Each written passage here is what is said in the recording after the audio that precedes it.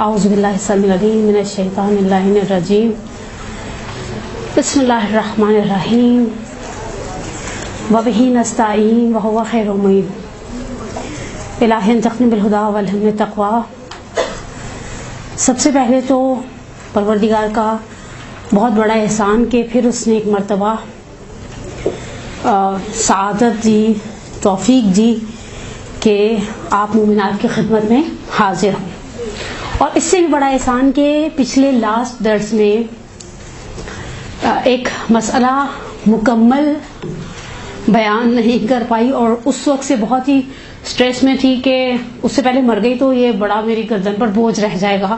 تو اللہ کا احسان کہ اللہ میں نے موت سے پہلے ایک درس اور دے دیا کہ اس مسئلے کی وضاحت کر دوں، وہ بھی مجھے کسی اچھی دوست نے، خدا انشاءاللہ پریشانیوں کو دور کرے، بحق محمد وآل محمد، انہوں نے میری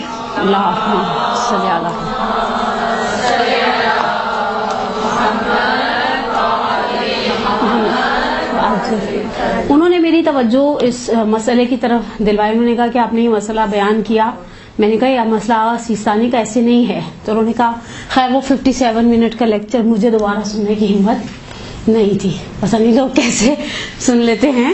میں لائیو بہت سارے ریسائٹرز کو 1.5-2 گھنٹے سن لیتی ہوں، لیکن ٹکٹکی باندھ کر کسی چیز کو سننا کہ کہاں کیا ہوا ہے یہ بڑا سخت کام ہے۔ خیر انہوں نے مجھے ہائی لائٹ بھی کر دیا کہ اس جگہ پر جا کر آپ نے اس مسئلے کو صحیح بیان، پورا بیان نہیں کیا، اور وہ تھا یائسہ کے باب کا مسئلہ۔ اور اب آپ سوچیں گے میں اپنے آپ کو ہیومن ایرر دے رہی ہوں کہ ہم سے تو انسان ہے، ہو جاتا ہے، حالانکہ میں نے اس کو واقعاً اپنی بہت بڑی کوتاہی ایکسیپٹ کیا کہ بیان کرتے کرتے میں کہاں چلی گئی کہ میں نے اس چیز کو صحیح طرح سے واضح نہیں کیا۔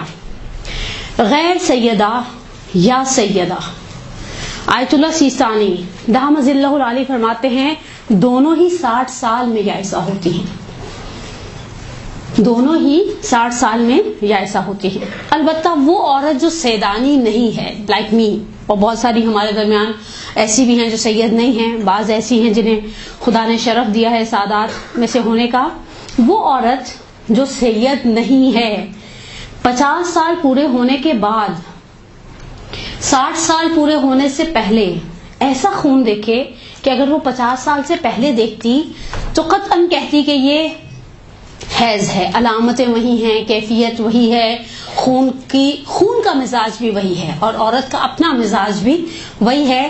تو فرماتے ہیں کہ احتیاط مستحب یہ ہے کہ وہ کام کرے جو حائضہ پر، یعنی حائضہ اور مستحاضہ کے مسائل کو لے کر چلے۔ یعنی یہ عورت مسجد میں نہیں رک سکتی، یہ عورت 4 آیتیں جن پر سجدہ واجب ہے نہیں پڑھ سکتی، لیکن اس عورت کو سینیٹری نیپکن چینج کر کر کے نمازیں پڑھنا پڑیں گی، روزے رکھنا پڑیں گے، اور بعد میں ان روزوں کی قضا بھی کرنا پڑے گا۔ احتیاط کرے گی۔ آغا سیستانی کا یہ مسئلہ تھا، یہ مسئلہ میں بیان کرتے کرتے سکپ ہو گیا مجھ سے، بہرحال آپ ہیومن ایرر کہہ رہے ہیں، میں اپنی کوتاہی کہہ لوں، کچھ بھی یہ ہے۔ ضمناً ہمارے درمیان میرے پاس جو فیڈ بیکس آئے پچھلے درس کے حوالے سے، ہمارے درمیان بعض ایسی مومنات ہیں جو آغا خوئی کی مقلدات ہیں۔ میں رہبر کا میرے پاس مسئلہ نہیں ملا، میں نے رہبر کے جتنے بھی مسائل کو ڈھونڈا، شاید جہاں فقہا کے 200-250 مسئلے ہیں اس بات کے اندر، ان کے بہت ہی لمیٹڈ مسئلے ہیں، مجھے نہیں ملا میری جو پاس ان کی جو کتابوں کی رسائی ہے۔ مرحوم خوئی اعلی اللہ مقامہ فرماتے ہیں، اچھا یہ دوسرا مسئلہ بھی بہت پیش آنے والا ہے۔ ہم اس وقت اپنے درمیان محسوس کر رہے ہیں خواتین اور بچیوں کے حوالے سے کہ حیض کے آنے کی عمر بہت ارلی ہو گئی ہے۔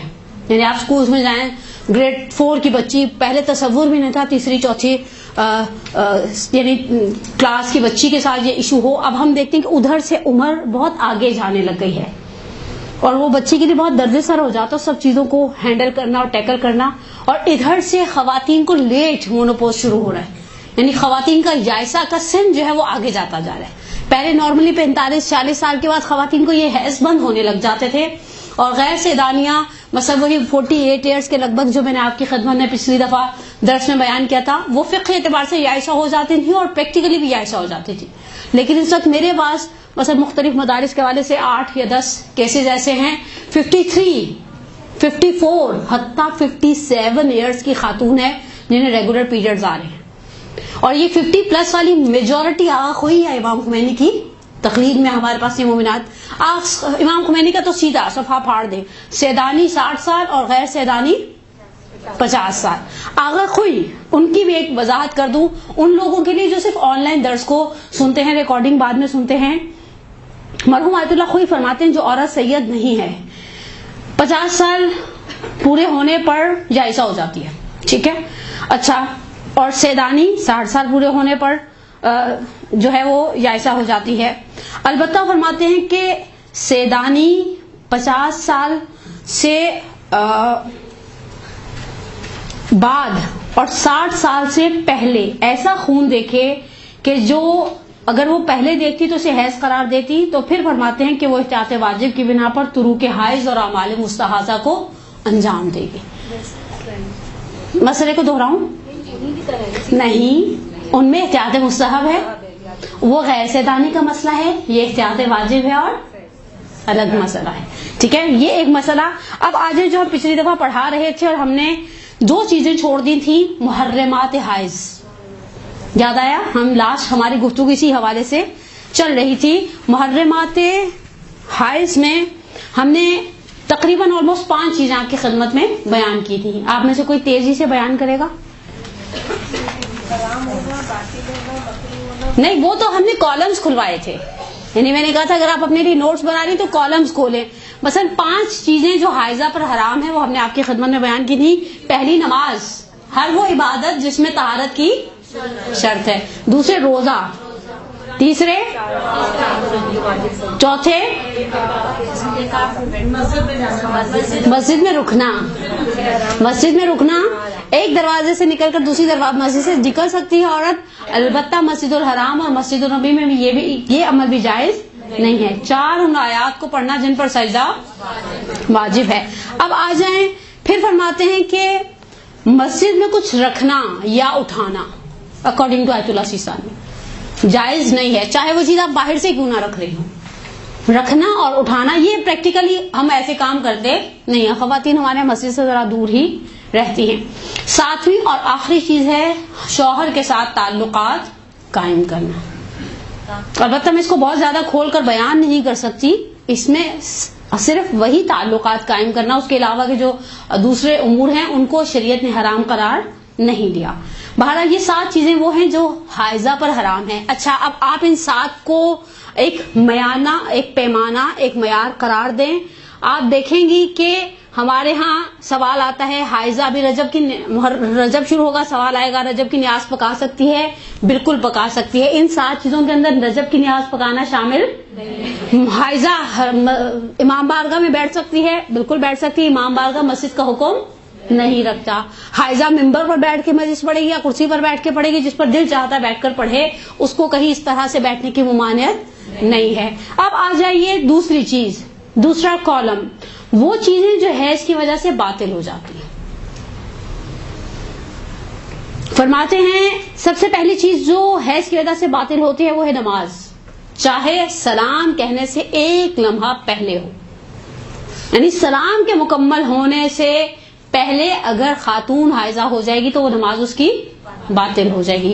ایک صورت میں اگر وہ واجب پنجگانہ نماز ہے, ایک صورت میں اس نماز کی قضا ہے اور ایک صورت میں اس کی نماز کی قضا نہیں ہے. اگر ہم نے وقت داخل ہوتے ہی اللہ اکبر کہہ دیا اور ہم نے فوراً نماز پڑھنی شروع کر دی اور اس دوران ہو گیا تو ہمارے پاس اس طہارت کی مدت ہی نہیں تھی, تو اس نماز کی قضا نہیں ہے. لیکن اگر ہوئی اذان 12:38 پر اور ہم نے 12:40 پر نماز پڑھنا شروع کی اور 12:44 پر فرض کریں حائض ہوئے, تو اس نماز کے بعد میں قضا کی جائے گی. اوکے, بس پہلی چیز جو حیض کی وجہ سے باطل ہوتی ہے وہ کیا ہے؟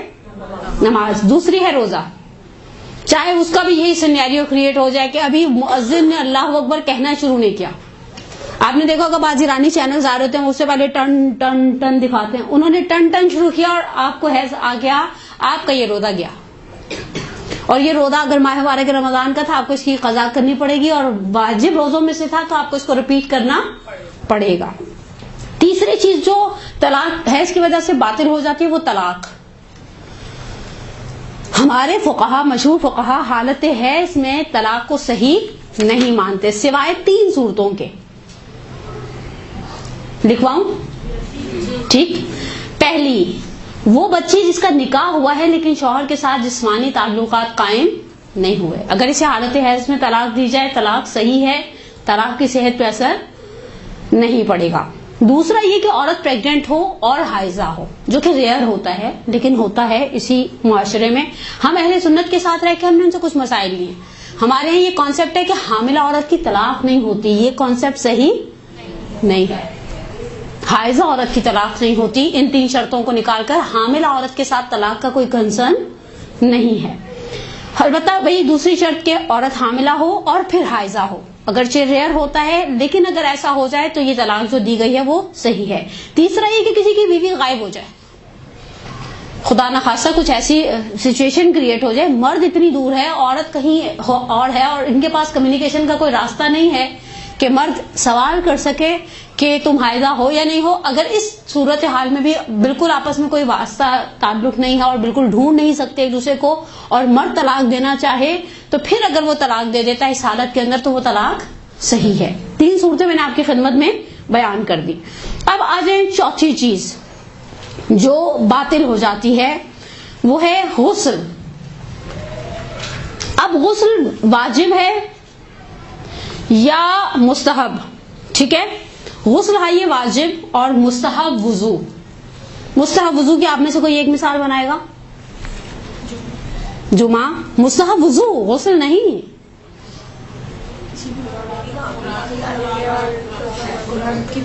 سونے سے پہلے جو وضو کیا جاتا ہے سب سے زیادہ، جیسے ہم بچوں کو کہتے ہیں برش ایٹ نائٹ، وضو ایٹ نائٹ، اچھا بہت زیادہ اجر اور ثواب ہے بہرحال اس وضو کا۔ واجب غسلوں کے حوالے سے ایک بار یاد رکھیں، حالت حیض میں تمام فقہا نے غسل جنابت کو صحیح شمار کیا ہے۔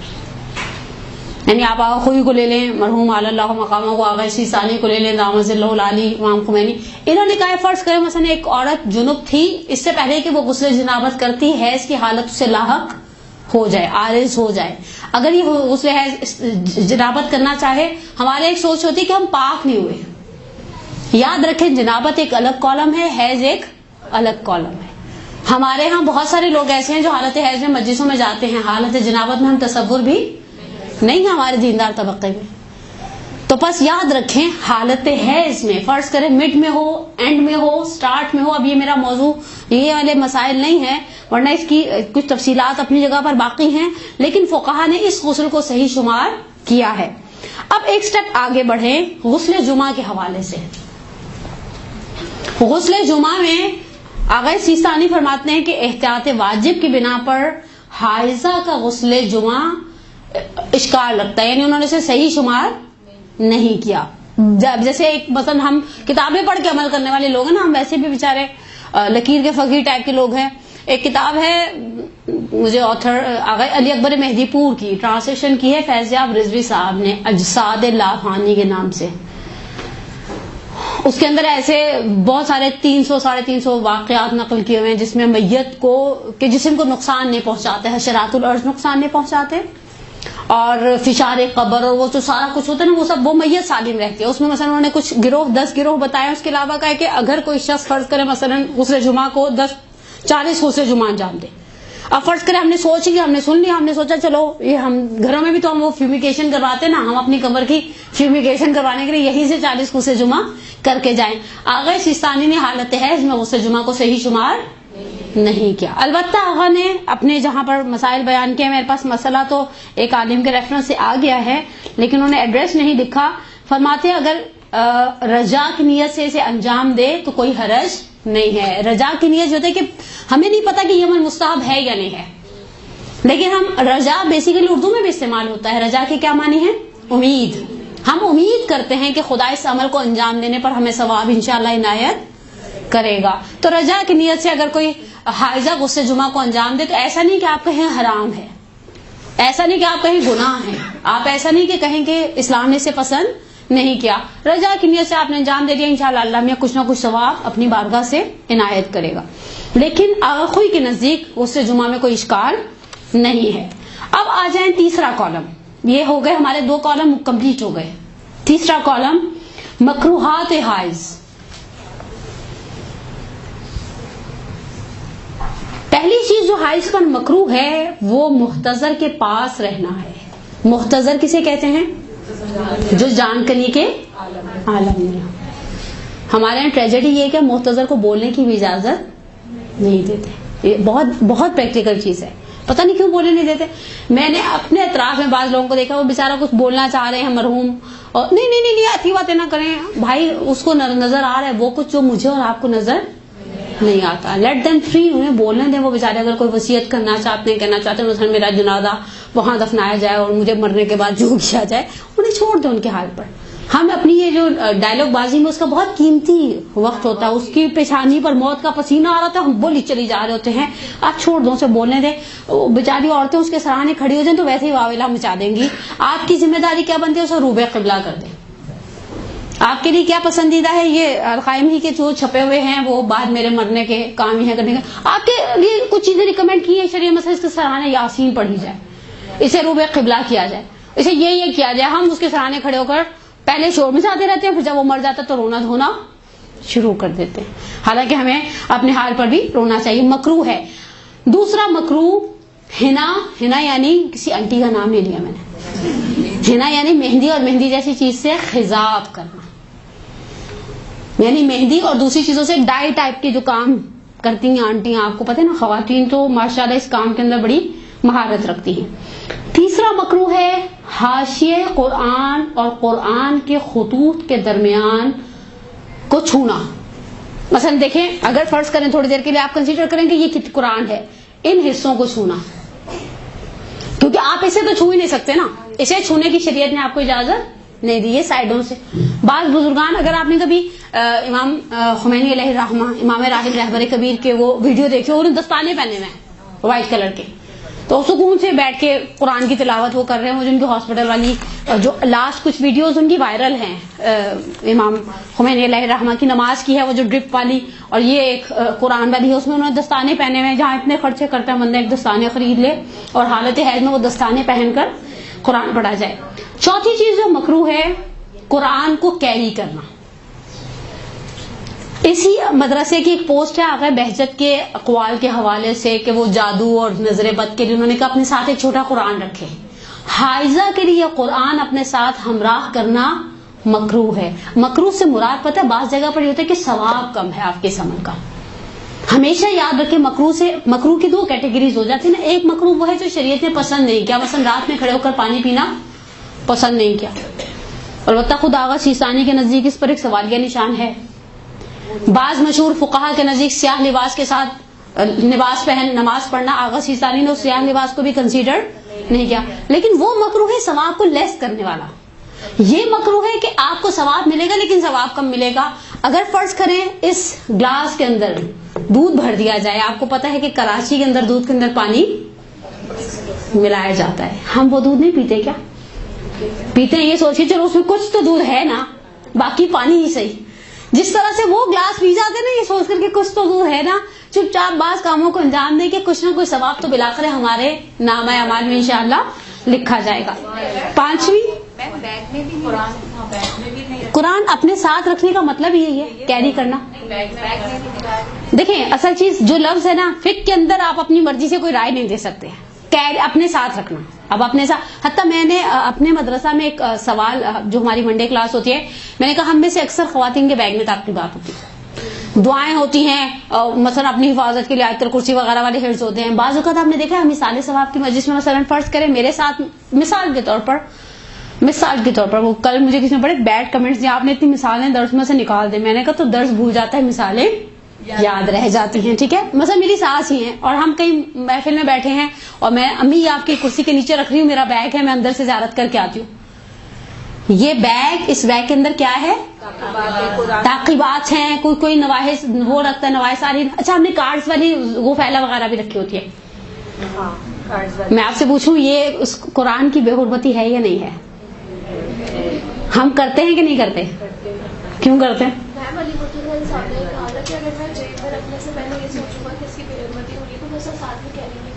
نہیں دیکھیں, جیب پہ ڈیپینڈ کرتا ہے. ایک وقت میں آپ کی بیک پاکٹ ہے, مثلا ہم لیڈیز کی تو نہیں ہوتی لیکن جینٹس کی اگر مثال دی جائے تو بیک پاکٹ میں تو obviously میرا نہیں خیال کہ ہم ایسی کوئی چیز, مثلا ہمارے پاس کارڈز بھی ہوتے ہیں نا بعض کا, یہی وہ پہلا وغیرہ کے کارڈز ہوتے ہیں, زیادہ عاشورہ کا کارڈ ہوتا ہے, بہت سارے کارڈز ابھی محرم شروع ہوگا دیکھے گا تقسیم ہوں گے. تو بیک پاکٹ میں میرا نہیں اندازہ کہ کوئی مومن جو ان چیزوں کو پڑھنے کا عادی ہے تو ان کی رسپیکٹ بھی کرتا ہے. بلکہ آپ دیکھیں ہمارا الحمدللہ اس معاملے میں ایران عراق سے عرف اچھا ہے. ہم سے برداشت نہیں ہوتا کہ جگہ کے اوپر جوتا یا مثلا قرآن کے برابر مفاتی پڑی ہوئی ہے, جوتے کے برابر نعوذ باللہ مفاتی پڑی ہوئی ہے, ہم سے رہا نہیں جاتا, ہم کچھ نہ کچھ کر کے, میرے جیسا تو بعض بول بھی دیتا کہ بھائی اس کو تھوڑا فاصلے پر رکھ لیں. ابھی لاسٹ 2 ویکس پہلے میں شب جمعہ حرم حضرت معصومہ میں تھی, تو وہ دعائے کمیل کی بک کسی نے ان کے یعنی بچہ جوتے والا پیر اس پر رکھ رہا تھا, تھوڑی دیر بعد رہا نہیں گیا, میں نے اس کو کہہ دیا کہ بھائی اس کو آپ ہٹا دیں کہ یہ بچہ اس کے اوپر پیر رکھتا ہے. تو کہتی بچے, میں نے کہا اس کو آج نہیں سکھائیں گے تو کب سیکھے گا, یہ بچہ ہے مثلا میرا بھی خیر اس کے اوپر پیر رکھے گا تو میں اس کو بولوں گی نا کہ نہیں اس کو چومتے ہیں, اس کو آنکھوں سے لگاتے ہیں, اور یہ پیر رکھنے کی چیز نہیں ہے. لیکن یہ ان چیزوں کی حرمت پلٹ کر جاتی ہے عرف پر, معاشرے پر. آپ کا معاشرے سے بے حرمتی تصور کرتا ہے تو جائز نہیں ہے. آپ کے معاشرے کے اندر یہ بے حرمتی تصور نہیں کی جاتی, سو کے آپ کر لیں, آپ کا اختیار ہے. لیکن جن چیزوں کا ہم بہت ادب کرتے ہیں وہ ادب ہمیں مراد تک پہنچا بھی الحمدللہ دیتا ہے. با ادب با مراد ہوتا ہے اور بے ادب بے مراد ہوتا ہے. لیکن بہرحال قرآن کو اپنے ساتھ کیری کرنا حائضہ کے لیے مکروہ ہے. 5واں مکروہ قرآن پڑھنا مطلقاً. جنوب کے لیے 7 آیتوں سے زیادہ پڑھنا مکروہ ہے. حائضہ کے لیے 7 کی بحث نہیں ہے. جیسے جنوب کے لیے باقاعدہ فقہ نے فرمایا ہے 7 آیتوں سے زیادہ اور 70 سے اوپر جانے پر اس کی کراہیت بڑھ جاتی ہے. لیکن حائضہ کے لیے بنیادی طور پر قرآن پڑھنا مکروہ ہے. اب یہاں پر ہم نے اپنا چیپٹر کلوز کر دیا. میں نے 5 مکروہات آپ کی خدمت میں بیان کیے.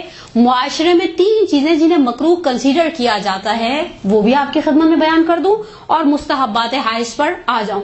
ہمارے یہاں ایک کانسیپٹ یہ ہے کہ قبرستان جانا مکروہ ہے. فقہا نے حائضہ کا قبرستان جانا مکروہ شمار نہیں کیا. پتہ نہیں ہم نے کہاں سے بنائے, کہاں سے نکالے, اور یہ صرف قبرستان نہ جانے کے بہانے ہیں. ان کو کہیں پارٹی میں جانا مکروہ ہے تو پھر بھی چلی جائیں گی لٹک کے, کسی نہ کسی سے لفٹ لے کر آپ کو جاتی ہوئی نظر آئیں گی. لیکن شریعت نے آپ کے لیے حالت حیض میں قبرستان جانا مکروہ قرار نہیں دیا. قبرستان جانا اچھا ہے, ویسے ہی اچھا ہے. یہ جو ہمارے اندر اتنی صفاقیاں آ گئی نا, اتنی قساوت قلب ہمارے درمیان, اسی وجہ سے کہ ہم قبرستان ریگولر نہیں جاتے. ابھی انشاءاللہ آگے سر پر ہم سب کے ایام بابرکت فاطمہ ہیں, فاطمیہ ہیں, جناب صدیقہ کبریٰ سلام اللہ علیہا.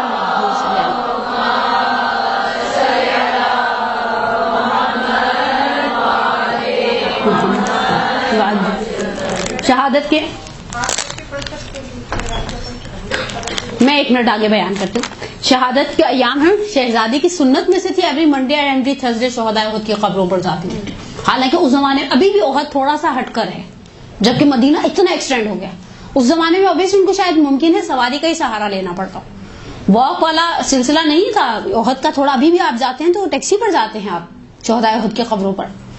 اس زمانے میں گھاٹیاں اونچی نیچی, چھوٹے چھوٹے بچوں کا ساتھ تھا بی بی کے.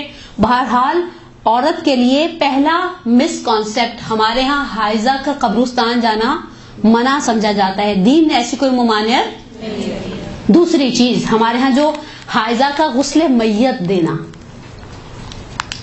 میں نے آپ کی خدمت میں 5 مکروہات بیان کیے, اس میں کہیں پر بھی نہیں تھا کہ حائضہ میت کو غسل دے نہیں سکتے. اچھا جب ہم غسالوں کے ساتھ سیشن کرتے ہیں تو ہم کہتے ہیں آپ نے کہا کیوں, یہ تو بہت پرسنل میٹر ہے نا.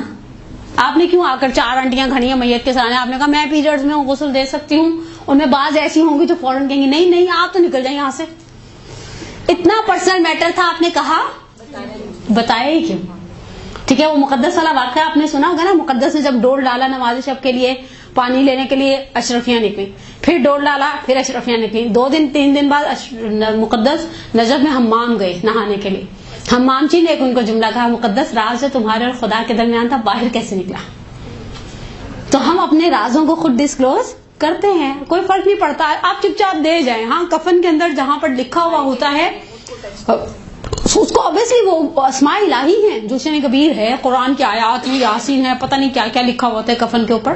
تو اس کو جہاں پر لفظ اللہ ہے، جہاں پر شریعت نے آپ کے لیے قرآن کے آیات کی صورت میں حرام قرار دیا، انہیں آپ چھونے کا حق نہیں رکھتی. باقی آپ نے جو کرنا ہے وہ چپ چاپ کریں. اگر کفن پہناتے کوئی حرج نہیں ہے، کوئی حرج نہیں، بالکل کوئی حرج نہیں ہے، آپ سکون سے پہنائیں. ہم بعض اپنے عزیزوں کو چاہتے ہیں آخری ہدیہ ہم دیں، ہم چاہتے ہیں اس کا احترام. حتیٰ میں آپ کو ایک بات بتاؤں، ہمارے ہاں، مجھے نہیں پتا آپ لوگوں کے علاقوں کے سیٹ اپ کیسے، ہمارے یہاں بعض اوقات ہوتا ہے ریلیٹیوز آ کر بار بار دیکھ رہے ہوتے ہیں، تو یہ مجھے ڈس ریسپیکٹ کا ٹوکن لگتا ہے کہ مثلا ایک مرحومہ پڑی ہے، زندگی میں ہم میں سے کوئی پسند کرتا ہے ایسے ہمیں کوئی سال میں دیکھے، اور جو آ رہے جھانک رہے، جو آ رہے جھانک رہے، پتہ نہیں کیوں جھانک رہے. ہمارے ایک عالم ہیں وہاں پر سینئر، وہ کہتے ہیں کہ بھابھی عبرت ہوتی ہے. میں نے کہا عبرت سے زیادہ مجھے لگتا ہے لوگ اندر آ کر صرف تماشا دیکھنا چاہتے ہیں، کیونکہ بہت سارے راز آپ اپنے ساتھ لے کر دفن ہونا چاہتے ہیں، اور وہ راز کھل جاتے ہیں، وہ راز باہر جاتے ہیں. کہاں سے جاتے ہیں؟ عورتوں سے. مرد نہیں یہ چیز ڈسکس کرتے ہیں، اللہ یہ کوئی بہت ہی یعنی کوئی ہٹی ہوئی چیز ہو جائے، بہت ہی معمول سے ہٹی ہوئی. مثلا ایک زمانے میں میرا ایک بیٹا یہاں تھا، وہ بھی دیتا تھا، میں بھی دیتی تھی.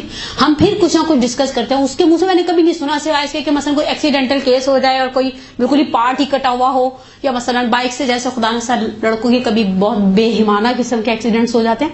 ہم آ کر ڈسکس کرتے ہیں. مزے کی بات ہے امانت داری پر ثواب ہے. شیخ صدوق علیہ الرحمہ کی کتاب ثواب الاعمال و عقاب الاعمال، اردو میں اس کا ترجمہ کیا ہے سید محمد نجفی صاحب نے، نسیم بہشت کے نام سے. اچھی کتاب ہے، جنت سے آنے والی ہوا. یہ جو ذاکراؤں کے بڑے کام کے، اس میں بڑی حدیثیں ہیں، یہ کرو گے یہ ملے گا، یہ کرو گے وہ وہاں پر جا کر لٹکائے جاؤ گے. اس میں ہے آتھر ہیں شیخ صدوق، ٹرانسلیٹر ہیں محمد نجفی صاحب، سید محمد نجفی صاحب. اسلام آباد سے چھپی ہوئی کتاب ہے نسیم بہشت. اس کے اندر ہے کہ مثلا راوی چھٹے امام جعفر صادق علیہ الصلوۃ والسلام،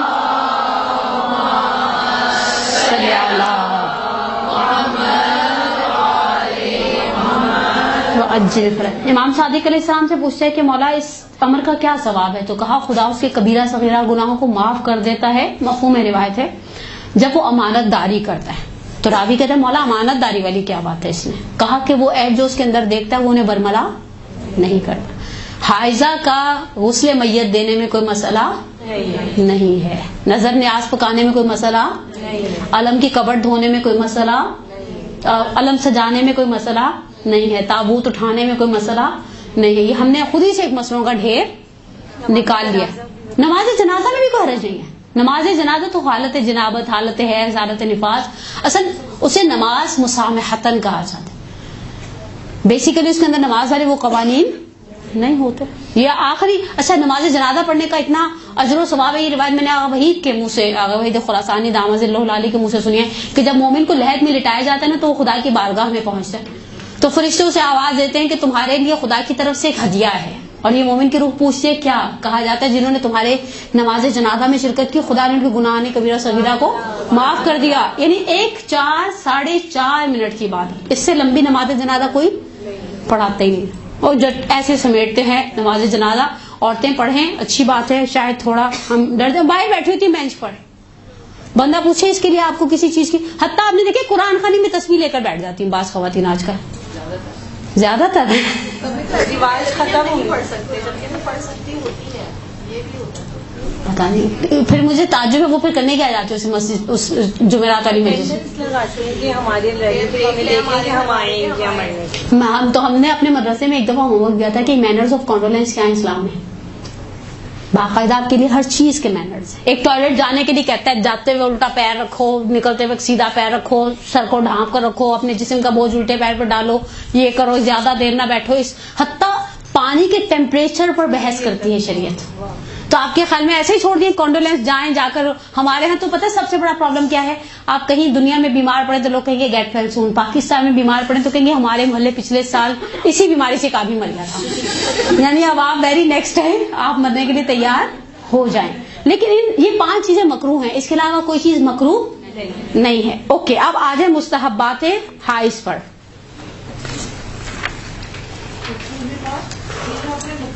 بتائیے آپ نے کہا نا مکروہات کے 2 اقسام ہیں، ایک مکروہ جو ہے جو ثواب کو کم کر دیتا ہے، ایک مکروہ کہ نہ کرنا بہتر ہے. نہ کرنا بہتر ہے. آپ نے قرآن والا بتایا اس کو بالکل نہ، مطلب نہیں آپ پڑھیں اگر فرض کریں اگر ایک طاہرہ پڑھتی ہے، طاہرہ سے مراد ایک پاکیزہ عورت پڑھتی ہے، ہر حرف کے بارے میں بدلے میں سے 10 نیکیاں ہیں.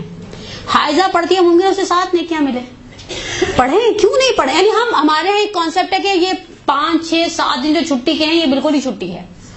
اس کے اندر کسی دعا کا ابھی تک میں نے آپ کی خدمت میں نام لیا نہیں. زیارت عاشورہ کا نام لیا نہیں. حدیث کسا کا نام لیا نہیں. وہ 4 آیتیں پڑھنا حرام ہے. ہم مفاتی اور قرآن کو بائے بائے کہہ کے سائڈ پر رکھ دیتے ہیں. ہاں نہیں آپ اسی لیے پھر کیا ہوتا ہے جب عادت کے بعد پہلا دن آتا ہے نا تو عورت کی فجر میں آنکھ بعض اوقات نہیں کھلتی کیونکہ اس کا وہ باڈی الارم ہی ڈسٹرب کر دیا آپ نے. آنکھ کھولی نہیں آج نہیں پڑھنی پھر سے سو گئے. اب تو شکر یہ سردیوں کی وجہ سے اسکول ٹائمنگز کے ساتھ میچ ہونے لگ گئی ہے نماز تو ڈنڈے کے زور پہ سبھی پڑھ رہے ہیں ورنہ آپ کا باڈی الارم آپ کیوں ڈسٹرب کرتے ہیں. ابھی مستحبات حائض کو سنیں تاکہ پتہ چلے کہ شریعت ہم سے کیا چاہتی ہے. مستحب ہے کہ حائضہ وقت نماز اپنے خون کو پاک کرے، سینیٹری نیپکن کو چینج کرے. پہلا مستحب یعنی یہ مستحبات کی جو ایک لسٹ ہے، ایک مستحب ہے وہ چیز جو مستحب ہے حائض پر، نماز کے وقت اپنے خون کو پاک کرے یعنی اپنے جسم کو دھوئے، سینیٹری نیپکن کو چینج کرے جو بھی اس نے رکھا ہوا ہے، وضو کرے. وضو نہیں کر سکتی فرض کریں کسی کے ساتھ بعض اوقات پانی کا کوئی پرابلم ہو جاتا ہے، خدا نہ خواستہ کوئی تکلیف ہے، تیمم کرے اور اپنے جائے نماز پر رو بے قبلہ بیٹھ جائے اور ذکر، دعا یا صلوات پڑھے. اگرچہ یا 4 چیزیں پڑھے، ذکر، دعا، صلوات یا قرآن. اگر قرآن پڑھنا اس زمانے کے علاوہ حائضہ کے لیے مکروہ ہے یعنی اس کا مطلب ہے اس ٹائم پیریڈ میں مکروہ نہیں ہے. اگرچہ تسبیحات اربعہ پڑھنے کا ثواب بہتر ہے یعنی تسبیحات اربعہ پڑھیں وہ سب سے اچھا ہے جو ہم تیسری اور چوتھی رکعت میں پڑھتے ہیں. اب آپ میں سے کوئی مجھے ذکر کی مثال دے. اور اما یجیب قرآن ہے، قرآن ہے. 1 منٹ وہ استغفار میں آ جائے گا. لا حول ولا قوت الا باللہ. لا حول قرآن کی آیت نہیں ہے. ذکر ٹھیک ہے. دعائیں مثلا دعائیں بہت ساری، اللہم کل ولیکن دعا ہے، الہی عظم البلاؤ دعا ہے، دعائے کمیل دعا ہے، مثلا دعائے یستشیر دعا ہے. صلوات یعنی شریعت آپ کو 4 آپشنز دیتی ہے، ذکر، دعا، صلوات یا قرآن. حضرت زہرا کی تسبیح ذکر ہے اور بہرحال اتنی خوبصورت بہترین ذکر ہے. اس کے پیچھے آپ کے سامنے 5 امام کی کیسی جاندار روایت ہے کہ اس سے بہتر کوئی ذکر ہوتا تو میرے جد میری جدہ کو وہ تعلیم کرتے. تو بہرحال اب یہ مستحب عمل اگر ہم ریگولر بیسس پر انجام دیں، مثلا بعض اوقات ہوتا ہے کہ خواتین کو ہوتا ہے، بچے بھی فیل کرتے ہیں کہ امی آج نماز کے لیے نہیں اٹھی. آپ اپنا مسلح پر بیٹھ دیں گے، وہ صرف یہ دیکھنا چاہتے ہیں امی اٹھی، وضو کیا، چادر لپیٹی، بس اس کے بعد پھر ان کی چراغوں میں روشنی نہیں رہتی. ہاں پھر وہ رکوع سجود نہیں دیکھتے، وہ دیکھتے کہ بس اماں اپنی. اچھا آپ کی بھی تو ایک روٹین رہتی ہے نا. میرا بہت خواہش ہے کہ میں اب اپنے مدرسے میں ایک بنا رہی ہوں شیڈیول سا، اس میں نظم پر ڈالوں. ہماری مذہبی اور دنیاوی زندگی بدترین جس مصیبت کا شکار ہے وہ بے نظمی ہے. اور مزے کی بات ہے نظم کے اوپر قرآن کی یعنی وہ جو ایک سسٹم ہے، آپ کی کائنات پوری نظم پر چل رہی ہے. ٹھیک ہے.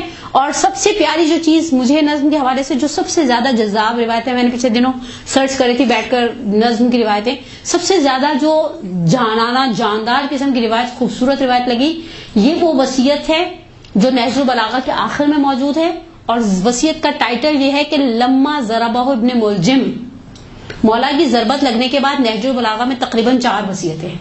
بیسیکلی مولا کی 9 وصیتیں ہمارے پاس مختلف شیعہ کتب اور منابع کے اندر موجود ہیں. یہ وصیت جس کو اگر آپ انڈیکس میں دیکھنا چاہیں گی تو یہ وہ وصیت ہے جو حسنین کے لیے ہے اور جب ضربت لگ چکی. اچھا اس وصیت کے شروع میں مولا نے ایک بڑا خوبصورت جملہ کہا ہے. مولا فرماتے ہیں اسی کما، میں تم دونوں کو، وجمیع ولدی، جتنے میرے بچے ہیں ان سب کو، ومن بلغہ کتابی، جس تک میری یہ تحریر پہنچ جائے. مثلا آپ اور میں جن کے گھروں میں الحمدللہ نہج البلاغہ موجود ہے، مولا فرماتے ہیں اسی کما وجمیع ولدی ومن بلغہ کتابی بتقوی اللہ. میں نصیحت کرتا ہوں، وصیت کرتا ہوں کہ تقوی الہی کو اختیار کرو. ونظم امرکم، اپنے امور کو منظم کر لو. ہماری مذہبی اور غیر مذہبی زندگی یعنی ہماری دینی اور دنیاوی زندگی اس وقت جس مصیبت کا شکار ہے اس میں سر فہرست کیا چیز ہے؟ بد نظمی. اور بد نظمی کا ایک نام دے دوں اور اپنے موضوع پر واپس آ جاؤں. میں بہت زیادہ ادھر ادھر چلی جاتی ہوں لیکن آپ لوگوں کے بازو کا چہرے اتنے تھکے ہوئے لگتے ہیں مجھے کہ مجھے لٹرلی اپنے حال پر تو نہیں آپ کے حال پر رحم آتا ہے. لیکن اس وقت سب سے بڑی مصیبت نظم کے نام پر ہمارا سیل فون ہے. سب سے بدترین یعنی میں ایسا نہیں کہ میرا ایک ایسے خام خیالی سی ہے, میں نے اس کے اوپر بہت باقاعدہ سروے کیا, آبزرو کیا ہے, لوگوں سے سوال کیے. آپ دیکھیں جو اچھے بعض لوگ جو بڑے گھڑی کی سوئیاں دیکھ کر چلنے والے نا ان کا ٹیلی فون اٹھانے کا بھی ایک ٹائم ہے, ان کی ہر چیز منظم ہے. ہمارا سب سے بڑی مصیبت ہے کہ اچھا وہ کرنے والوں کو بھی یہ واٹس ایپ کال کو کیا کہوں, اچھا کو یا برا کو. پہلے پھر بھی ایک لحاظ ہوتا تھا لوگوں کو کہ پیسے خرچ ہو رہے ہیں, 3.5 روپے کا 1 منٹ ہے, 2.5 روپے کا 1 منٹ ہے, 1.5 روپے کا 1 منٹ ہے. اب تو کوئی چراغوں میں روشنی رہی نہیں, جس کا جب دل چاہتا ہے وہ ٹلی کھڑکاتا ہے اور پھر وہ بے فکر ہو کر 49 منٹ وہ بات پوچھتے ہیں جو 2.5 منٹ کے اندر پوچھی جا سکتی تھی. اتنی لسی بنا دیتے ہیں بات کی. لیکن نتیجہ کیا نکلا؟ اس نے ہماری زندگی کے اندر کتنا برا اثر ڈالا. ہم اسے ایکسپٹ کرنے پر تیار نہیں ہے. ہماری بد نظمی کی سب سے بڑی وجہ, یعنی میں کبھی بچیوں کو مدرسے میں کہتی ہوں, میں نے کہا شیخ انصاری کے پاس بھی وہی 24 گھنٹے تھے جو ہمارے پاس ہیں. ہماری بالٹی کے پہننے میں سب سے بڑا سوراخ یہی ہے. اٹھا لیتے ہیں, اس کے بعد پھر امی کی آواز سنائی دیتی ہے. وہ بچہ جو اسکول سے آ کر بھی بلاتا تھا امی کھانا, امی کھانا, امی کیا پکا ہے, وہیں دروازے سے بیگ پٹکھا اور امی کیا پکا ہے. آج آپ اس بچے کو گھر میں آتا ہے, اس کا انٹرنیٹ آٹومیٹکلی کنیکٹ ہو جاتا ہے, اس کی ٹینٹی بجنا شروع ہوتی ہے, نہ اس کو روٹی کی فکر رہتی ہے, نہ اسے یونیفارم چبھ رہا ہے, نہ اسے کچھ ہے, یہ ہے اور اس کا موبائل, اور وہ موزل بن گیا. یعنی جس کے یہاں اٹک گیا ہے, نہ اوپر جاتا ہے نہ نیچے آتا ہے. بچے تو کیا, بڑوں کا بھی یہی حال ہے. حقیقت ہے. یعنی آپ دیکھیں بعض گھروں میں بہت اچھا اصول ہے, ڈائننگ ٹیبل کے اوپر فون ممنوع. ہم کون سی ایمبولینس سے چلا رہے ہیں کہ اگر ہم 10 منٹ بعد فون اٹھائیں گے تو خدا نہ خواستہ لوگ مر جائیں گے. ہم کون سے کفن بیچ رہے ہیں کہ لوگ بےچارے دروازے سے آ کر واپس چلے جائیں گے. فون ہم ایسے اٹھاتے ہیں جیسے خدا سا فون نہ اٹھایا قیامت برپا ہو جائے گی. لوگ واپس جاتے ہیں گھر فون لینے کے لیے. یہ صورتحال ہو گئی ہے. لیکن بہرحال یہ مشکلات ہماری ہیں. اپنی آرام سے اپنی عبادت کی روٹین سیٹ رکھیں. جیسے نماز کے لیے کھڑی ہوتی تھی ویسے نماز کے لیے کھڑی ہوں, وضو کرے, اسی بہانے منہ ہاتھ دھل جائے گا, اسی بہانے ہم منظم ہو جائیں گے. آئے مصلی پر بیٹھیں, اپنی عبادتوں کو, اگر ہمیں نماز کی اس طرح سے اجازت نہیں دی, خدا کے ساتھ رابطے سے منقطع نہیں کیا گیا, آپ کے اندر وہ جو ایک اسٹریس لیول کو مینٹین کرتی ہے دعا, وہ آپ کی دعا آٹومیٹکلی مینٹین رہے گا. اب آ جائیں جو چیزیں حیض کی وجہ سے واجب ہو جاتی ہیں. البتہ اگر سیستانی نے اسے واجب شمار نہیں کیا, وہ کفارہ ہے کہ اگر خدا نخواستہ کوئی حیض میں تعلقات قائم کرے. مشہور فقہا کے نزدیک وہ واجب ہو جاتا ہے, لیکن آغا سیستانی نے عورت پر اس کفارے کو واجب شمار نہیں کیا. دوسری چیز غسل, بس ختم بات. غسل واجب ہو جاتا ہے. اوبیسلی اس غسل کو انجام دینے کے لیے بہرحال کچھ شرائط رکھی ہیں جو انشاءاللہ ہم آپ کی خدمت میں آخر میں بیان کریں گے کہ کس طرح سے عورت کو حیض کا غسل کرنے سے پہلے اس ذمہ داری کو انجام دینا ہے. یہاں پر میں نے اس موضوع کو آپ کی حد تک مکمل آج کی حد تک کیا, اور اب اس کے ضمنی مسائل کو آپ کی خدمت میں بیان کرنے سے پہلے اگر کسی کا کوئی سوال ہے تو بتائیں. قرآن جو آپ کہہ رہی ہیں کہ ہم پڑھ سکتے ہیں, بعض لوگ ٹشو رکھ لیتے ہیں انگلی کے نیچے تاکہ ان کا ہاتھ نہ لگے. حرج اچھی بات ہے. دیکھیں کیونکہ یہ خط قرآن کے درمیان والے حصے کو چھونا مکروہ ہے. خوب آپ پڑھ رہے ہیں, ٹشو رکھ لیں یا دستانے پہن لیں یا کوئی کپڑا دوپٹے وغیرہ ہم نے لیے ہوتے ہیں, آپ اسی کو بیچ میں آڑ رکھیں, ایک رکاوٹ ہو آپ کے ہاتھ اور خطوط قرآن کے درمیان. کیونکہ بہرحال کبھی کبھی پڑھتے وقت ہم صفحہ پلٹاتے وقت ہمارے جو بے اختیاریات ہوتی ہیں وہ آگے آ جاتی ہیں. یہ زیارت عاشورہ کا آخر کا سجدہ, دعائے جوشن صغیر کا آخر کا سجدہ, کوئی حرج نہیں, آپ سجدہ کریں. آپ دیکھیں محرمات ہے 7 تھے, اس میں سجدے کا کوئی چھونا نہیں تھا بالکل. حتیٰ بعض لوگ سحر کے وقت سجدے میں جا کر تھوڑی دیر ذکر یونسیہ پڑھتے ہیں, لا الہ الا انت سبحانک انی کنت من الظالمین. آپ پڑھیں, سجدے میں جا کے پڑھیں. سجدہ کرنے سے آپ کو حالت حیض میں کسی نے روکا, آپ نماز نہیں پڑھ سکتے. یعنی اس زیارت عاشورہ کا آخری سجدے کا نماز کے ساتھ کوئی کنسرن نہیں ہے. جو دعائیں جوشن صغیر پڑھتے ہیں اس کے آخر میں بھی جو سجدے کی دعا ہے اس کو پڑھنے میں کوئی حرج نہیں ہے. آپ اپنا روٹین سے وہ والی عبادتیں نہیں کر سکتے, بیٹھ کے دعائیں پڑھیں, بیٹھ کے استغفار پڑھیں, بیٹھ کے ذکر پروردگار کو بیان کریں. زیارت عاشورہ میں نماز بھی ہوتی ہے. زیارت عاشورہ کی نماز واجب نہیں ہے, زیارت عاشورہ واجب نہیں ہے, ٹھیک ہے نا, نماز بھی واجب نہیں ہے. آپ زیارت عاشورہ پڑھتی ہیں اگر ہر روز حالت حیض میں بھی پڑھیں کوئی حرج نہیں ہے. وارثہ پڑھیں, کبیرہ پڑھیں, کچھ بھی پڑھیں, آپ پوری مفاتی پڑھیں.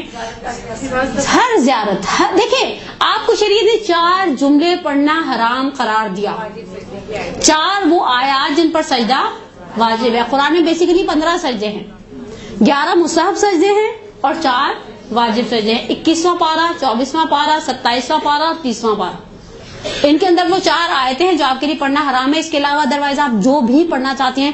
بعض دعاؤں کے شروع میں لکھا ہوتا ہے کہ طہارت کے ساتھ پڑھا جائے, جیسے دعائے مشلول, لیکن اگر آپ حالت حیض میں پڑھنا چاہیں کوئی ریسٹرکشن فقہی اعتبار سے کوئی حرج نہیں ہے کہ آپ زیارت عاشور اپنے حاجتیں ان کی پورا کرنے کے لیے کر رہے ہوتے ہیں, تو وہ یعنی 40 عمل ہوتا ہے. پڑھیں آپ حیض میں, کوئی حرج نہیں ہے. نماز چھوڑ دیں. دیکھیں ایک بات یاد رکھیں, اگر آپ نے منت مانی ہے اور منت اس طرح کی مانی ہے کہ منت مانتے وقت آپ کے ذہن میں یہ تھا کہ زیارت عاشورہ اس کے لوازمات یعنی دعا 2 رکعت نماز کے ساتھ پڑھوں گی, ٹھیک ہے, تو آپ کے لیے وہ نماز پڑھنا ضروری ہو جائے گا. ادروائز اگر ہم عام روٹین میں مثلا فرض کریں, مثال کے طور پہ ہم نے کوئی منت نہیں مانی ہوئی کہ مثلا مجھے مولا کربلا بلائے, میں نے اس نیت سے زیارت وارثہ یا زیارت عاشورہ شروع کر دی, ٹھیک ہے. اب میں یہ زیارت عاشورہ پڑھ رہی ہوں حالت حیض میں بھی, مجھے اس کو پڑھنے میں, اس کو کنٹینیو کرنے میں کوئی حرج نہیں ہے. آرام سے اپنی بولیے. واجب نمازوں کے 5 پیچھے ناپاک کوئی آیت و رحمت کے فرشتے ہٹ جاتے ہیں, تو اگر ہم کوشش دیکھیں ایک پہلی بات ہے یاد رکھیں, ایک فقہی اصول یاد رکھیں, حدیث سے فتویٰ نکالنا میرا کام نہیں ہے. حدیث سے فتویٰ نکالنا یہ فقیہ کا کام ہے, فقیہ پر چھوڑ دیں, ٹھیک ہے. یہ ہے بالکل محتضر کے پاس ہے, جنوب اور حائض کا محتضر کے پاس رہنا مکروہ ہے, ٹھیک ہے نا, یہ لکھوا دیا. محتضر میت نہیں, محتضر کے لیے مجھے حکم دیتی ہے شریعت میں سے روبہ قبلہ کرو, میت کے لیے مجھے کوئی ایسی پابندی نہیں لگاتی. محتضر کے لیے مجھے اور کچھ فقہی مسائل کا سامنا کرنا پڑتا ہے, میت کے لیے وہ فقہی مسائل نہیں ہے. جی ایک منٹ میں یہ بات مکمل کر لوں پھر اسکپ ہو جائے گی. اب میت کے پاس فرض کریں, یہ ایسی چیزیں روایتوں میں ملتی ہیں, میرا کام یہ ہے کہ میں دیکھوں میرا مرجع کیا کہتا ہے. میرا مرجع کہتا ہے میں یہاں بیٹھی رہوں, میں بیٹھی رہوں گی, وہ کہیں گے اٹھ کے چلی جاؤ تو میں اٹھ کے چلی جاؤں. ایسی روایتیں بالکل شیخ صدوق علیہ الرحمہ نے وہ نقل کی ہیں اپنی کتابوں میں, لیکن ٹھیک ہے مجھے یہ دیکھنا ہے مجھے فقیہ کیا کہتا ہے, ٹھیک میں نے اسی کو فالو کر لیا. ہمارے ہاں بعض اوقات خواتین ہٹ جاتی ہیں, حتیٰ ہمارے ہاں ایک عجیب و غریب کانسیپٹ یہ ہے کہ وہ عورت کو شوہر اگر مرجع کسی کا تو اس کی شکل ہی دیکھنے دیتے. سوالیہ نشان دوں آپ کو, جناب سیدہ کو غسل کس نے دیا تھا؟ عورت کا مرد کے مرنے سے عورت اس کی نامحرم نہیں بن جاتی. وہ بیچاری جا کر حتیٰ بعض اوقات وہ گہوارے سے تھوڑا قریب ہو کر رونا دھونا چاہتی ہے, اس کے حال پر. میں نے پچھلی دفعہ آپ کو وہ عدت کا ایک مسئلہ بتایا تھا نا, وہ اثر سے پہلے واپس آ جانا, چہرہ چھپا کر, یہ سب کام نہ کرے. ایسا کچھ نہیں ہے, جو چیز شریعت میں نہیں ہے شریعت بتائیں ضرور, بنائیں نہ جیب سے نکال کر. ہم دونوں کام خواتین ماشاءاللہ بڑی کثرت کے ساتھ کرتی رہتی ہیں جہاں ہمارا دل چاہتا ہے, اور پھر اسی کو ہم آگے اسپریڈ کر دیتے ہیں. اگر حالت حیض میں اگر ہم جیسے جانماز میں بیٹھتے ہیں, جیسے نماز وغیرہ پڑھتے ہیں, تو نماز نہیں پڑھتے, حالت حیض میں اگر بیٹھتے ہیں دعائیں وغیرہ پڑھتے ہیں, تو جس طرح ہم لباس پاک کریں گے اپنا کریں گے, تو پھر اس کے بعد جب ہم پاک ہو جائیں گے تو جانماز کو پاک کیا نہیں, بالکل بھی نہیں. ہم حالت حیض میں صرف وہ خون نجس ہے, جیسے عام روٹین میں نکلنے والا خون نجس ہے, باقی پسینہ باقی جسم کی رطوبتیں تو نجس نہیں ہوتی. اگر فرض کرا آپ نے کوئی پارٹی ویئر پہنا ہے حالت حیض میں اور اس کو آپ نے اگر اتار دیا اور اس کے اوپر وہ خون نہیں لگا, آپ اسے نماز کے لیے بھی استعمال کر سکتی. کوئی اس میں کوئی ایسا وہ نہیں ہے کہ اگر ہم نے اس جائے نماز کو ہاتھ لگا. یہ یہودیوں کا کانسیپٹ تھا کہ جب ان کی عورتیں حائضہ یا نفاس میں جاتی تھیں تو وہ اس کی چارپائی, اس کا بستر, اس کا تکیہ سب الگ کر دیتے تھے.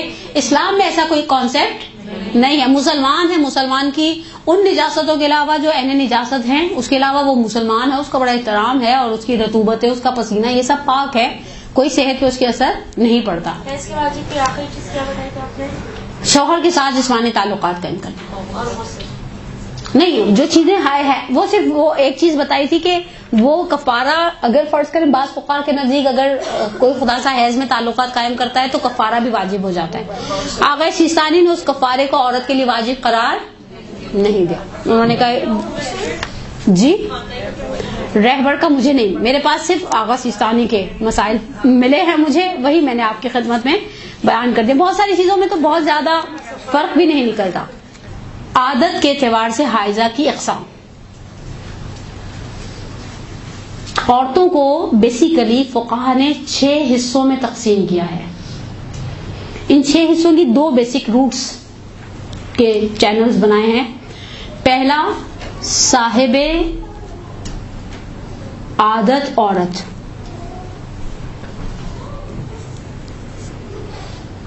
صاحب عادت عورت کی 3 اقسام فقہا رضوان اللہ تعالی علیہم اجمعین نے بیان کی ہے.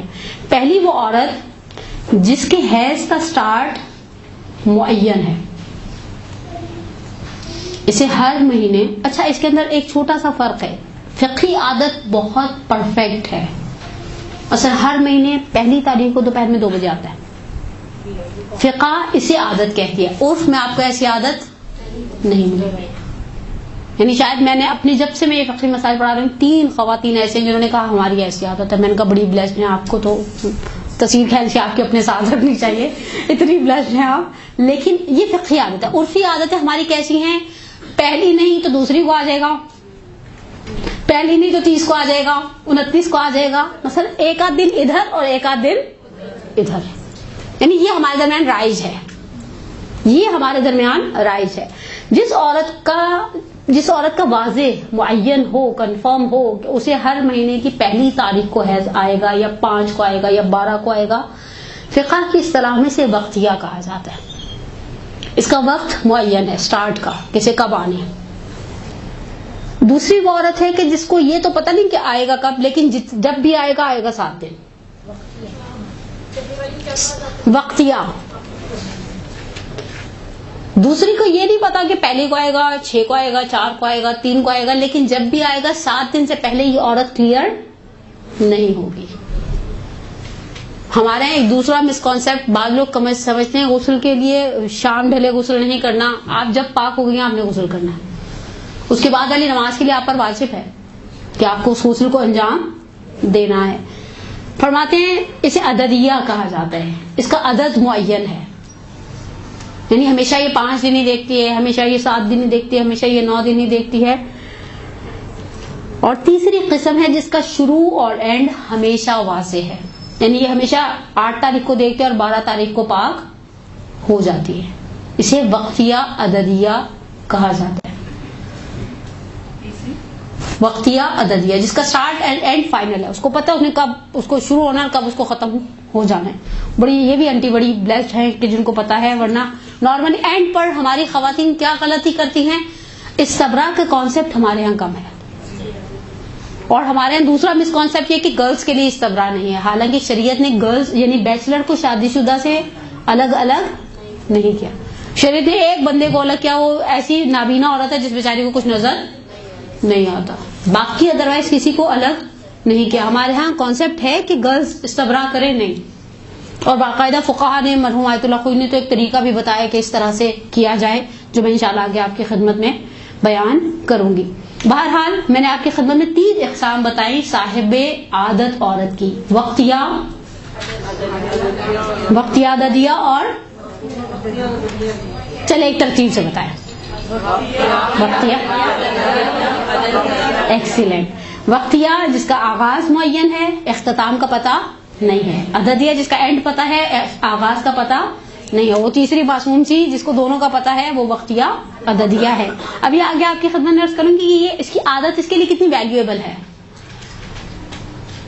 یہ عادت اس کے لیے بہت ویلیویبل ہے. دوسری قسم جن عورتوں کی عادت نہیں ہوتی, اس میں سب سے پہلے ہے مبتدیہ. مشکل لفظ ہے نا, توضیح میں بھی دیا ہوا, یہ تو اردو میں بھی ترجمہ یہی کیا ہوا انہوں نے. میرا کوئی قصور نہیں ہے, میرے پاس اس کا اردو میں کوئی سبسٹیٹیوٹ نہیں, جس کو پہلی مرتبہ آ رہا ہے.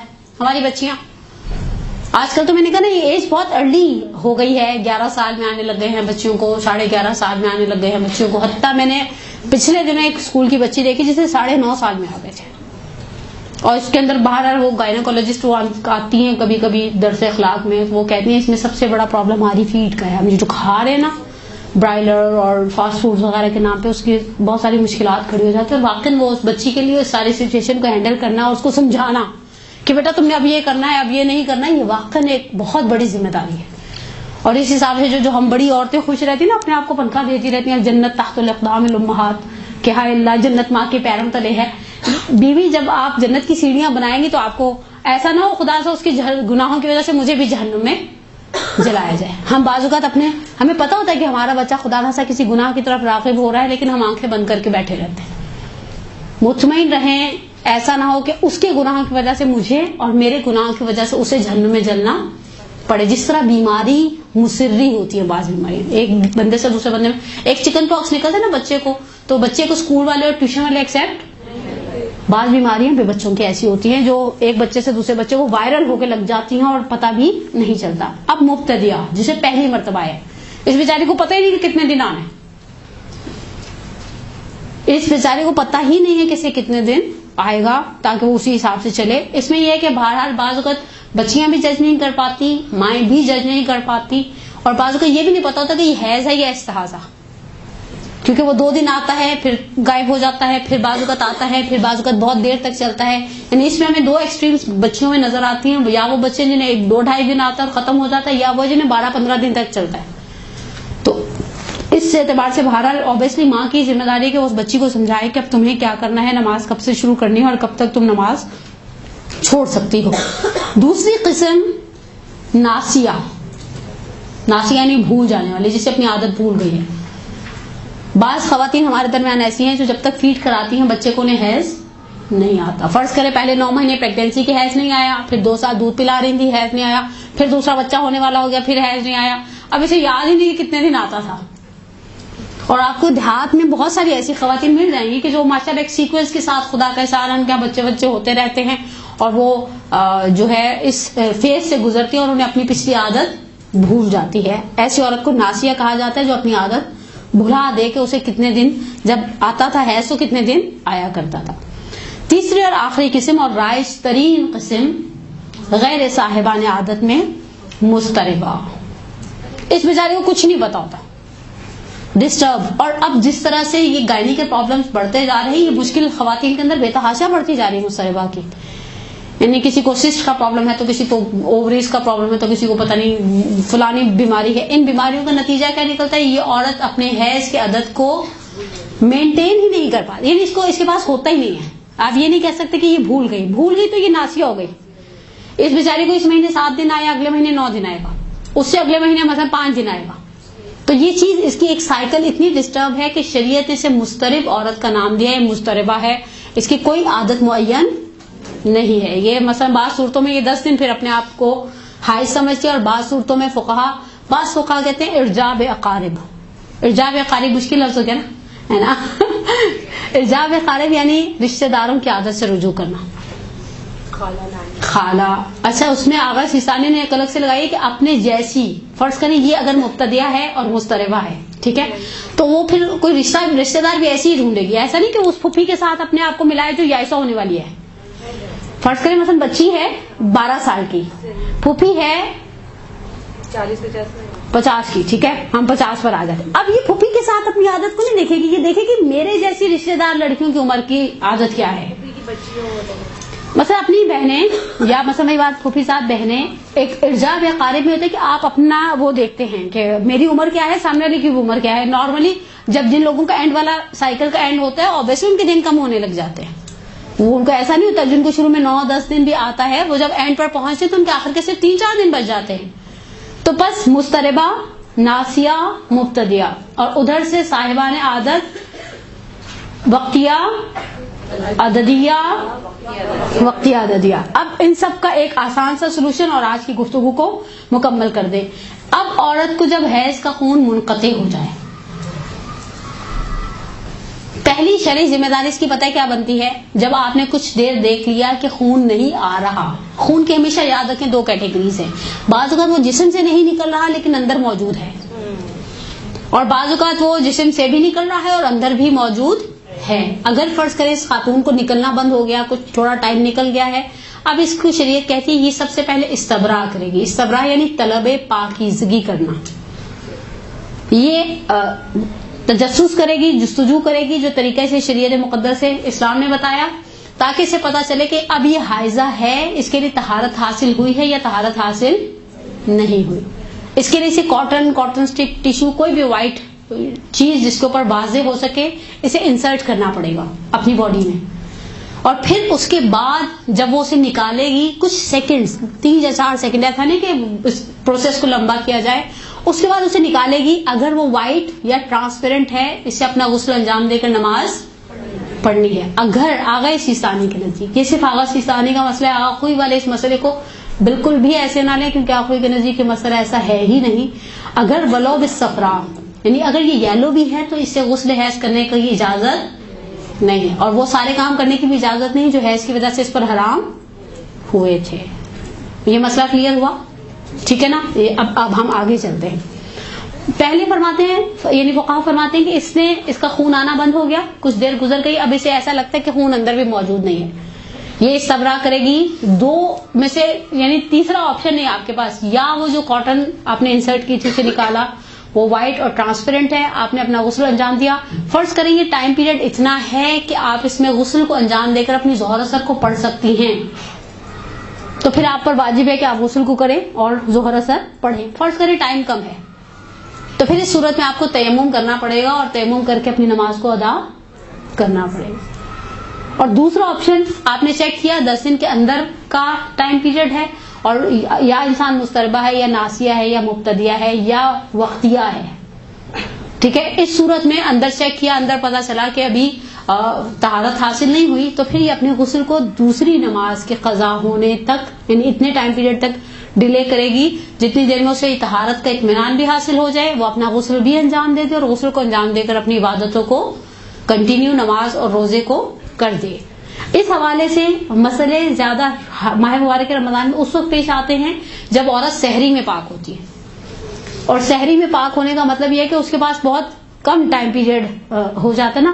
ویسے بنیادی طور پر ایک اصول یاد رکھیں، غسل کرنے میں، واجب غسل کرنے میں، اگر ہم نارمل ایک عورت کی مثال تصور کریں جو خدا نخواستہ یہ سڑک پر پھرنے والے ملنگوں کی طرح، ایسا نہیں کہ پتہ نہیں مہینوں نہیں نہائی اور اس نے بہت کوئی آئلنگ وائلنگ نہیں سر میں کی ہوئی، تو 3 سے 4 منٹ سے زیادہ آپ کا واجب غسل نہیں لیتا.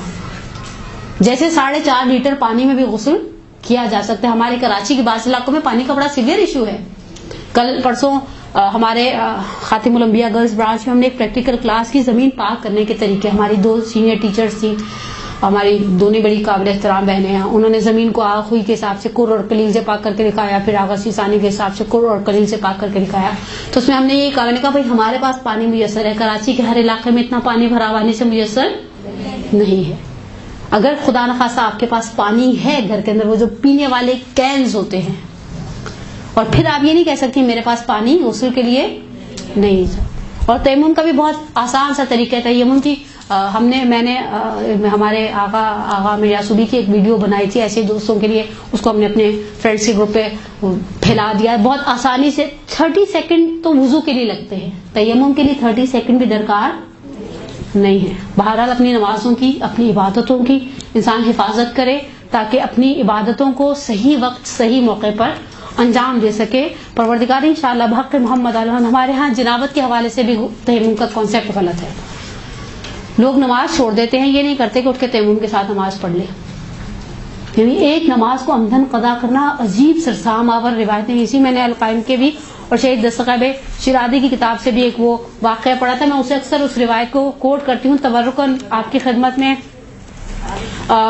کوٹ کروں کہ ایک عورت اللہ کے رسول کے پاس آئی اور آ کر کہنے لگی یا رسول اللہ انی زنیت، میں نے زنا کیا، اس زنا کے نتیجے میں میرے ہاں بچہ پیدا ہوا. میں نے سوچا میں اس کو کہاں لے کر پھروں گی، میں نے اس بچے کو سرکے کے ڈرم کے اندر ڈال دیا. میرے سے یہ 3-4 بڑے بڑے گناہ ہوئے. تو جو شہید دستگیب شیرازی نے روایت لکھی ہے نا، اس روایت کا بڑا عجیب جملہ. پہلے تو پیغمبر زمین پر خط کھینچ رہے، پھر سر کو اٹھا کر ایک جملہ کہا انی ظننت انک ترکت صلاۃ العصر، میرا اندازہ یہ کہ تم نے نماز عصر کو قضا کر دیا. یعنی ہمارے یہاں تو نعوذ باللہ بہت لائٹ لیا جاتا ہے نا ان چیزوں کو کہ اچھا اللہ معاف کرنے والا ہے، اللہ ہمیں معاف کر دے گا. اللہ واقعا ہمیں معاف کرے.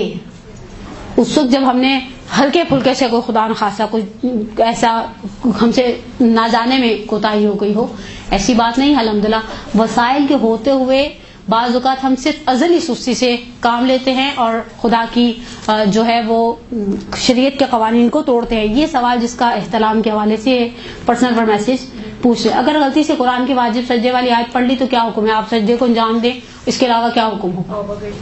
توبہ. تو استغفار، بالکل استغفار تو اپنی جگہ باقی ہے، لیکن آپ کو سجدہ واجب کرنا ہے. اگر کوئی حیض کی حالت میں کوئی دوسرا پڑھ رہا ہے، آپ نے سنا ہے، تو آپ پر اسی وقت سجدہ واجب ہے، فوری ہے، آپ کو اسی وقت اس سجدے کو انجام دینا ہے. پروردگار انشاءاللہ بحق محمد اور محمد ہماری پریشانیوں کو دور فرمائے، ہمارے بیماروں کو شفائے عاجلہ و کاملہ عطا فرمائے، ہمارے مرحومین کی مغفرت فرمائے، اور انشاءاللہ آپ سب کے یہاں آنے، بیٹھنے اور سننے اور پڑھنے اور زحمت اٹھانے کو آپ کے لیے ذخیرہ آخرت قرار دے. اپنی صحت، سلامتی اور طول عمر کے لیے ایک صلوات پڑھے محمد و آلہ.